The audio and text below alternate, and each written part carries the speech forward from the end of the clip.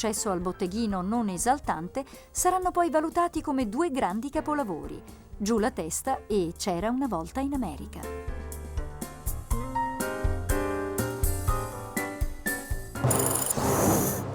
Sergio Leone e la storia del cinema italiano cominciò come assistente alla regia in Ben-Hur, un colossal, La corsa alle bighe. È stato per noi un simbolo e ci ha regalato un capolavoro, C'era una volta in America. Leone ha impressionato soprattutto i critici americani. Uno di essi ha scritto addirittura che ha il soffio drammatico di Victor Hugo e la forza descrittiva di Hemingway. Beh, sarebbe interessante, se fosse possibile, sapere cosa ne pensano i due defunti scrittori. Un importante critico cinematografico americano, forse il più importante, perlomeno il più sottile, direi, analizzando il tuo film C'era una volta il West e collocandolo fra i classici del film West, ha detto qualche cosa, ha scritto qualche cosa che ti riguarda personalmente, al di là del film, al di là del cinema.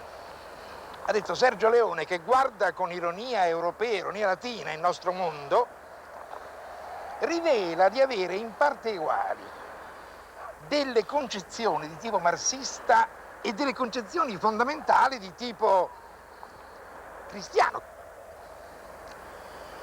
Cioè, in sostanza, egli dice, Sergio Leone liquida, distrugge col senso della ricostruzione, col senso acerbo, giovanile della ricostruzione.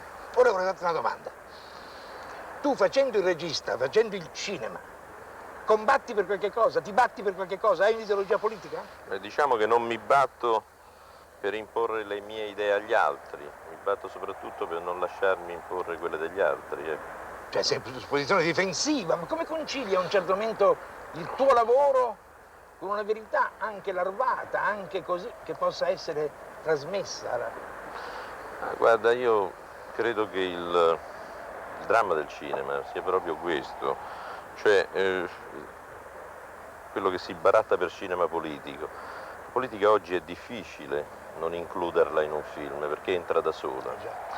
E quindi il discorso più serio è quello di fare attraverso, secondo il mio punto di vista, naturalmente che poi è condiviso anche da altri, fortunatamente più importanti di me, vedi Chaplin, è quello di fare, di barattare attraverso lo spettacolo. Deve essere un veicolo, una bicicletta per arrivare a fare certi discorsi che ci interessano, ma senza prendere posizione, perché prendere posizione significa fare della réclame e a me questo è un genere di cinema che non mi piace. Poi del resto quello che viene fuori dopo è implicito, bisogna pensare a fare l'amore. Il figlio viene o no? Il figlio viene dopo, è una conseguenza.